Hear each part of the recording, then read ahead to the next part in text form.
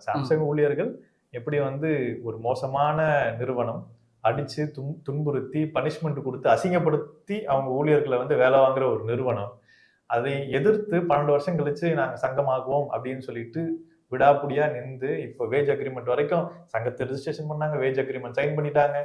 So இதெல்லாம் போட்டி சங்கம் உருவாக்கி அந்த நிறுவனம் பண்ண பல்வேறு திருட்டுத்தனத்தையும் முறியடிச்சு, நீ ஒரு போண்டா சங்கம், போண்டாக்காக நீ உருவாக்குன சங்கம் அப்படின்னு சொல்லிட்டு அது எக்ஸ்போஸ் பண்ணி இன்னைக்கு வந்து விக்டரியோட நிக்கிறாங்கன்னா அது கன்சிஸ்டன்சி, அவங்களுடைய தொடர்ச்சியான போராட்டம்.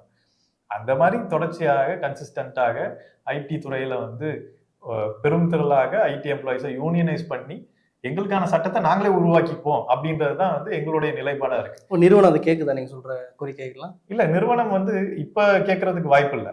இப்ப வந்து நாங்க compare to population of IT employees நாங்க வந்து 1% கூட கிடையாது. 10% மாறும்போது நிறுவனத்துக்கு வேற வழி இருக்காது, அரசுக்கும் வேற வழி இருக்காது.